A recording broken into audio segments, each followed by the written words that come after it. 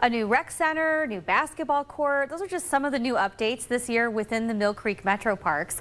The park system is planning on making $4 million in improvements this year as well. So a lot happening. The Director of Planning and Operations at Mill Creek Metroparks, Justin Rogers, is joining us now to go over all the plans for this year. Great to have you with us. Lindsay. Yes, this is a beautiful, gorgeous resource in the area. People love to bike and hike and check out all your views. So the board just approved spending on infrastructure this week. What will the projects entail in terms of some of the upgrades and additions you're going to make? Yeah, that's correct. Our budget was passed. That includes about $4 million worth of capital improvements.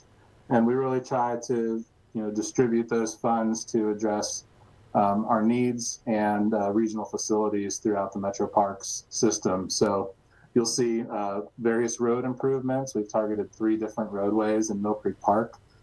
Trail improvements is always a big one. So we have hiking trail improvements. The Metroparks Bikeway will see some areas resurfaced, as well as the Vickers Nature Preserve.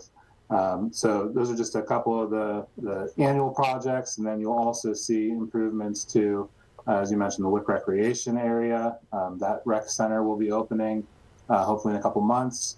We're opening up our new cross-country course this year here at the Metroparks Farm.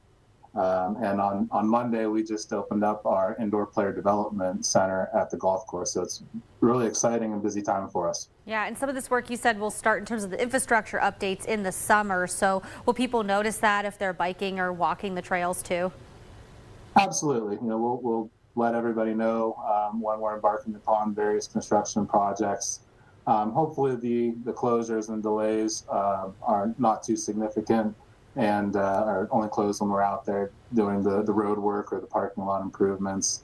Yeah, you'll notice there are a lot of improvements. It's a continuation of the last couple of years, with last year being a really successful one, where we opened up 2 different Metroparks facilities, one in Springfield Township, one in Smith Township. So even those facilities we're continuing to improve, adding trails, adding interpretive signage.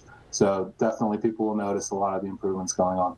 Yeah, and you got to keep up with erosion. I'm sure Mother Nature takes a beating on some of these areas, so it's good to see that you can keep up with it too.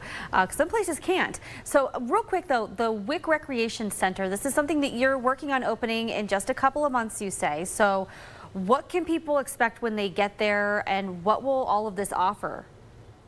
Sure. It's the warming house that people are familiar with that was adjacent to the former ice rink.